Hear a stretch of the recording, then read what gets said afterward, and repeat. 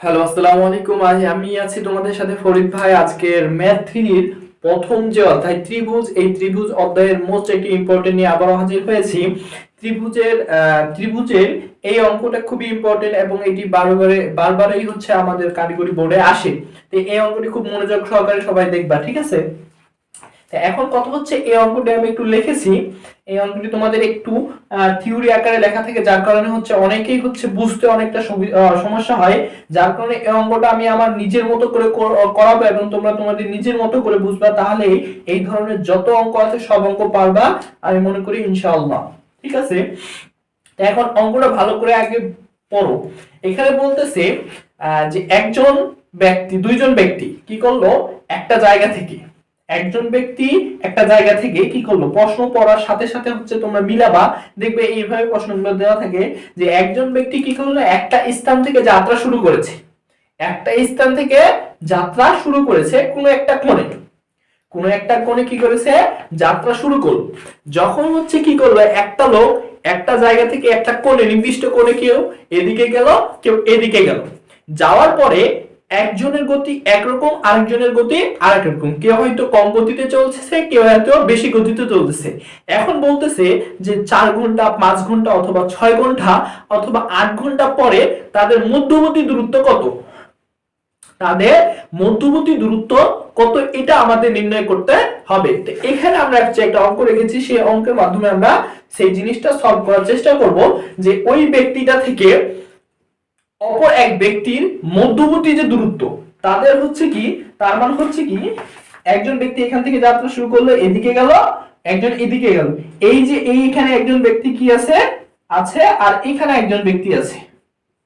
ঠিক আছে, তো এখান থেকে এই যে মধ্যবর্তী দূরত্ব, এই মধ্যবর্তী দূরত্বই আমরা কি করব, এই অঙ্কের মাধ্যমে সলভ করার চেষ্টা করব। সবাই একটু মনোযোগ সহকারে দেখো, এই অঙ্কটা খুবই ইজি এবং খুবই মজার একটা অঙ্ক। আমি যে অঙ্কটা লিখেছি সেই অঙ্ক বলতেছে 120 ডিগ্রি কোণে, 120 ডিগ্রি কোণে একটি স্থান থেকে, একটা জায়গা থেকে, মনে করলাম এটা হচ্ছে একটা বিন্দু, পয়েন্ট। ঠিক আছে, এই পয়েন্টে একটা চায়ের দোকান আছে বা একটা হোস্টেল আছে, যে কোনো জায়গা আছে। দুই বন্ধু এখান থেকে কি করবে, পথ চলা শুরু করবে। 120 ডিগ্রি কোণে দুটি লোক যাত্রা করে। 120 ডিগ্রি কোণে দুটি লোক, তো 120 ডিগ্রি কোণ কি কোণ বলো? 120 ডিগ্রি কোণ হচ্ছে স্থূল কোণ। তাহলে কি হবে, 90 ডিগ্রি থেকে অবশ্যই বেশি হবে, 90 সোজা। তাহলে আমি মনে করলাম এটা হচ্ছে একটা, আর এইদিকে হচ্ছে দিয়ে দিলাম, এটা হচ্ছে কত ডিগ্রি কোণ, 120 ডিগ্রি কোণ। এখন বলতেছে 120 ডিগ্রি কোণে দুটি লোক বা দুটি বন্ধু বা দুটি সঙ্গী বা দুটি হচ্ছে কি পথচারী কি করবে, যাত্রা শুরু করবে। তাদের যাত্রা স্থান কোথায়, এখানে ছিল। এখানে দুইজন মানুষ এক জায়গায় বসে চা খাচ্ছিল, তারপরে কেউ হয়তো বাড়িতে যাবে আর কেউ হয়তো বাজারে যাবে, এরকম একটা অবস্থায় এখান থেকে একজন কি করবে, এদিকে যাত্রা করবে, একজন এদিকে যাত্রা করবে। ঠিক আছে, প্রথম জন ঘন্টায় 10 কিমি বেগে যায়। প্রথম জন, মনে করলাম ইনি প্রথম জন অথবা ইনি প্রথম জন, কোনো সমস্যা নাই। তুমি যেটা দিয়ে অঙ্ক করো না কেন, তোমার দিক থেকে কি হবে, অঙ্ক সঠিক হবে। তুমি যদি ইনাকে প্রথম জন ধরো, কোনো সমস্যা নাই, অথবা ইনাকে প্রথম জন ধরো, তাও কোনো সমস্যা নেই। ঠিক আছে, এখন আমি ধরলাম ইনাকে প্রথম ব্যক্তি অথবা ইনাকে প্রথম ব্যক্তি, তুমি যেটা দিয়ে করো কোনো সমস্যা নাই। ঠিক আছে, এখন আমি ইনাকে ধরলাম প্রথম ব্যক্তি, ঠিক আছে, ইনাকে ধরলাম দ্বিতীয় ব্যক্তি, ইনি প্রথম উনি দ্বিতীয়। তুমি যদি ইনাকে প্রথম ধরো তবু কোনো সমস্যা নেই, ইনাকে যদি দ্বিতীয় ধরো অঙ্ক কোনো প্রকার ভুল হবে না। ঠিক আছে, তাই এখন এই প্রথম ব্যক্তি আর এই দ্বিতীয় ব্যক্তি, এই প্রথম ব্যক্তি ঘন্টায় যায় কয় কিমি, 10 কিমি। এই প্রথম ব্যক্তি ঘন্টায় যায় কত কিমি, 10 কিমি। এবং দ্বিতীয় জন এই ব্যক্তি আছে, এই ঘন্টায় যায় কত কিমি, 12 কিমি। এই দ্বিতীয় ব্যক্তির বেগ একটু বেশি, সে একটু খুব বেশি হাঁটতে পারে, যুবক।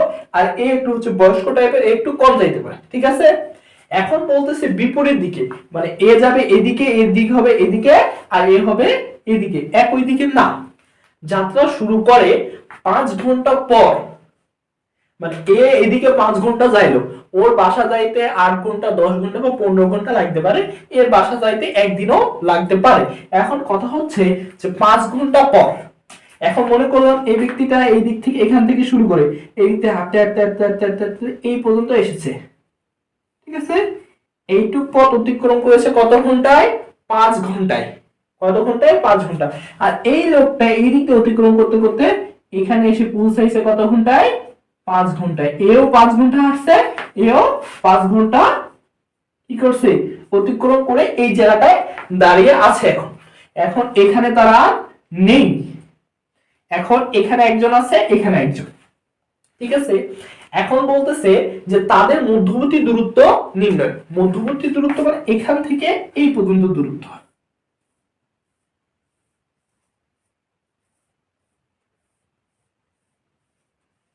এই যে মধ্যবর্তী দূরত্ব, এই যে রাস্তাটা এখান থেকে এই অবধি যে দূরত্বটা, এই দূরত্বটাই আমাদের মূল লক্ষ্য, বা এই দূরত্বটাই আমাদের কি করতে হবে? বের করতে হবে, ঠিক আছে? এইটাই হচ্ছে তাদের কি মধ্যবর্তী মধ্যবর্তী দূরত্ব, ঠিক আছে? আশা করি তোমরা চিত্রটা অঙ্কের মাধ্যমে কিভাবে বের করবে এটা বুঝতে পেরেছো, ঠিক আছে? এখন এই অঙ্কটা তোমরা এর আগে যে অঙ্ক করেছো নবম দশম শ্রেণীতে দূরত্ব এবং উচ্চতা দশম অধ্যায়, সেই অধ্যায়ের অঙ্কের মতনই অনেকটা। সেটা যদি তোমাদের দশম অধ্যায় পরিপূর্ণভাবে কনসেপ্ট ক্লিয়ার থাকে, তাহলে এই অঙ্কটা তোমার কাছে পানি, ঠিক আছে? আর সেটা যদি কি কোনো রকম গ্যাপ দিয়ে আসো, তাহলে এটা হয়তো তোমার কাছে একটু কঠিন মনে হবে। তারপরে সমস্যা নাই, তুমি এখানে একটু ভালো করে দেখো, একবারই ক্লিয়ার হয়ে যাবে। তাই এখন দেখো আমরা এটা যেভাবে সলভ করব, এটা সলভ করার আগে আমাদের যেটা বের করতে হবে যে এই যে প্রথমজন ব্যক্তি এখান থেকে এখানে মোট কত দূরত্ব অতিক্রম করেছে সেটা আগে বের করব। এখান থেকে এই ব্যক্তি কত দূরত্ব গেছে সেটা বের করব। এখন এই প্রথম ব্যক্তি 10 কিমি যায় কয় ঘন্টায়? 1 ঘন্টায়। তাহলে চলেছে কয় ঘন্টা? 5 ঘন্টা। তাহলে 5 ঘন্টায় কত দূর যাবে? 5 10 50 কিমি। তাহলে এই যে প্রথম ব্যক্তি, এই ব্যক্তি এখান থেকে এখানে আসবে কত কিমি? এই টোটাল ডিসটেন্স 5 10 50 কিমি, ঠিক আছে? এখন দ্বিতীয় ব্যক্তি এ প্রথম 1 ঘন্টায় যায় কত কিমি? 12 কিমি। তাহলে এ 5 ঘন্টায় যাবে কত? 12 5 60 কিমি। এই টোটাল ডিসটেন্স হচ্ছে কত কিমি? 60 কিমি, ঠিক আছে? এটা ক্লিয়ার। এখন কথা হচ্ছে যে আমরা যদি এটা বের করতে চাই, তাহলে এখন আমাদের কি করতে হবে? এখানে একটা অতিরিক্ত লম্ব নিতে হবে। আমাদের এই অঙ্ক সলভ করার জন্য এখানে অতিরিক্ত একটা কি করে নিতে হবে? লম্ব অভিক্ষেপ, ঠিক আছে? তোমরা লম্ব অভিক্ষেপটা বুঝছো তো? এই লম্ব অভিক্ষেপটা নেওয়া হবে, আর এখানে আমাদের একটা কি করতে হবে? লম্ব নিতে হবে, ঠিক আছে? এখন আমরা এইভাবে কি করতে পারবো? এই জিনিসটা সলভ করতে পারবো। এখানে এই রেখাকে বর্ধিত করে এখানে একটা লম্ব টানলে আমরা এটা সলভ করতে পারবো। এটা কত ডিগ্রি? এটা যেহেতু লম্ব, এটা হয়ে যাবে কত ডিগ্রি? 90 ডিগ্রি। এটা কত ডিগ্রি? এখন প্রশ্ন এখানে কত ডিগ্রি? একটা জিনিস আমরা কি জানি, সরল, এক সরল কোণ কত ডিগ্রি? 180 ডিগ্রি। তাহলে এখানে এই যে সোজা দাগটাই দেওয়া আছে, এখানে দেওয়া আছে কত? 120। টোটালটা যদি হয় 180, তাহলে দেওয়া যদি থাকে 120, তাহলে থাকে কত? 60 ডিগ্রি, তাই না? 60 ডিগ্রি। তাহলে এইটুকু আমি কত পাচ্ছি? আমার এই কোণটুকু থাকতেছে কত ডিগ্রি? 60 ডিগ্রি, ঠিক আছে? আমি এই কোণটুকু পেয়ে গেলাম 60 ডিগ্রি। এখন কথা হচ্ছে ওই যে দূরত্ব এবং উচ্চ থেকে আমরা কি পড়ছিলাম, এটা আমি একটু চিহ্নিত করি। এটা মনে করলাম এ বিন্দু, এটা বি, এটা সি, এবং এটা দিলাম আমি ডি বিন্দু, ঠিক আছে? এখন কথা হচ্ছে আমরা যে এই যে 19 এ করছিলাম কি, দেখো এই যে উচ্চতা এখান থেকে এটা কি কৌণিক উচ্চতা বা অতিভুজের উচ্চতা দেওয়া আছে কত? 60 কিমি, ঠিক আছে? এখন যদি কি থাকে, অতিভুজ দেওয়া থাকে, আমি যদি এই ভূমিটুকু বের করতে চাই, তাহলে অতিভুজের সাথে ভূমির সম্পর্ক কার? অতিভুজের সাথে ভূমির সম্পর্ক কার? অতিভুজের সাথে ভূমির সম্পর্ক হচ্ছে তোমার কার? লম্ব অতিভুজ বাই ভূমি। কবরে ভূত অনেক, ঠিক আছে? কবরে ভূত আছে বা কবরে ভূত অনেক, মানে ভূমি বাই অতিভুজ। ঠিক আছে, তাহলে কবরে ভূত আছে অনেক, এই জিনিসগুলো হচ্ছে আমরা 9 এ পড়ছিলাম মনে রাখার জন্য। ঠিক আছে, তো আমাদের সেই জিনিসগুলো ছিল কি, টেরা লম্বা ভূত মানে হচ্ছে কি tan থিটা সমান সমান হচ্ছে লম্ব বাই ভূমি। আর একটা পড়ছিলাম কি, কবরে ভূত অনেক বা কবরে ভূত আছে cos সমান সমান হচ্ছে ভূমি বাই অতিভুজ। আর সাগরে লবণ অতি বা সাগরে লবণ আছে sin থিটা সমান সমান হচ্ছে কি লম্ব বাই অতিভুজ। এই জিনিসগুলো আমরা তখন পড়েছিলাম, এভাবে মনে রেখেছিলাম। এখন হচ্ছে এভাবেও যদি মনে রাখতে চাও মনে রাখতে পারো, অথবা হচ্ছে অঙ্ক প্র্যাকটিস করলে অটোমেটিক্যালি এটা মনে থাকে যে cos সমান সমান হচ্ছে কি ভূমি বাই অতিভুজ। তাহলে এখন দেখো আমরা ওই cos থিটার সাহায্যে কি করব, এই অতিভুজের সাহায্যে ভূমির মানটা বের করে নেব। ঠিক আছে, দেখো তাহলে আমরা জানি কি, আমরা জানি হচ্ছে যে cos থিটা সমান সমান কি ভূমি বাই অতিভুজ। তাহলে ভূমি আমি কি ধরছি সিডি, তাহলে সিডি বাই অতিভুজ আমাদের কত, একবারই লিখে দিলাম 60 কিমি। ঠিক আছে, তাহলে cos কত ডিগ্রি দেওয়া আছে 60, cos 60 সিডি বাই 60। ঠিক আছে, তাহলে cos 60 ডিগ্রি মান কত, 90 এর নম্বর চারটা মুখস্থ করেছো, সেই মানগুলো আমরা এখানে জাস্ট কি করব, অ্যাপ্লাই করব। তাহলে cos 60 ডিগ্রি কত মান, cos 60 ডিগ্রির মান হচ্ছে তোমার হাফ। তাহলে এখানে সিডি বাই 60, তাহলে এখন আমি এখানে পাচ্ছি কত, সিডি সমান সমান তাহলে এখানে হচ্ছে 30 কিমি। ঠিক আছে, তাহলে এখন দেখো আমি কিন্তু এইটুকুর মান কি করলাম, খুব সহজেই বের করে নিলাম, সেটা হচ্ছে কত 30 কিমি। ঠিক আছে, এখন কথা হচ্ছে যে আমরা এই কি করব, লম্বটা বের করব। লম্বটা কেন বের করব সেটা তোমাকে একটু পরে বলতেছি, আগে লম্বটা কি করি বের করে নিই। এখন লম্বটা যদি বের করি তাহলে দুইটা মাধ্যমে বের করতে পারবো, একটা হচ্ছে সাইনের মাধ্যমে, সাগরে লবণ আছে লম্ব বাই অতিভুজ, আর একটা হচ্ছে ট্যানের মাধ্যমে, সেটা হচ্ছে কি ট্যান হচ্ছে লম্ব বাই ভূমি। ঠিক আছে, আমরা যে কোনো দুইটার মাধ্যমে বের করতে পারবো, আমরা সাইন দিয়েই বের করি। ঠিক আছে, আবার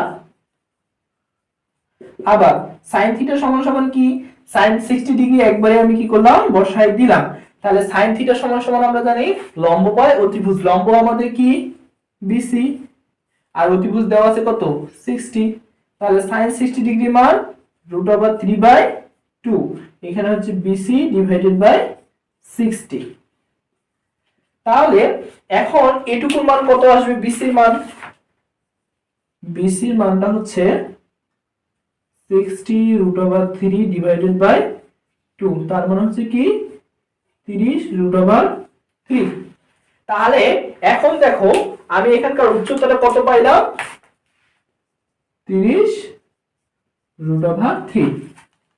এখন দেখো আমরা কিন্তু কি কি পাইছি বলো দেখি, এই যে এখান থেকে এটা টোটাল ডিসটেন্স, মানে এই কর্নার থেকে এই কর্নার টোটাল ডিসটেন্স 50 + 30 মানে 80, এখান থেকে এটা টোটাল ডিসটেন্স 50 + 30। এখন দেখো আমি যদি এখান থেকে এই টোটাল ডিসটেন্স কত পাইলাম 80, এটাকে যদি কি ধরি ভূমি ধরি, এটা কি ধরবো ভূমি, এবং এটাকে কি ধরবো, এইটুকুকে ধরবো আমরা কত পাইছি, এটুকু ধরবো লম্ব। তাহলে এটা যদি লম্ব হয়, এটা যদি ভূমি হয়, তাহলে এটা কি, এটা অতিভুজ।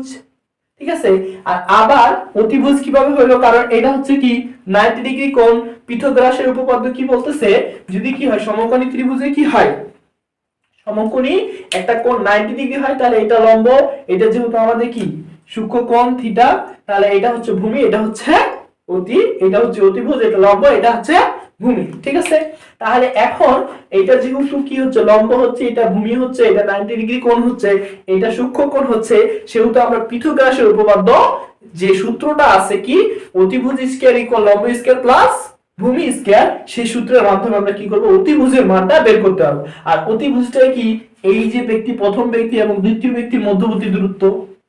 ঠিক আছে, এই অতিভুজের মানটা হচ্ছে কি প্রথম থেকে দ্বিতীয় ব্যক্তির মধ্যবর্তী দূরত্ব।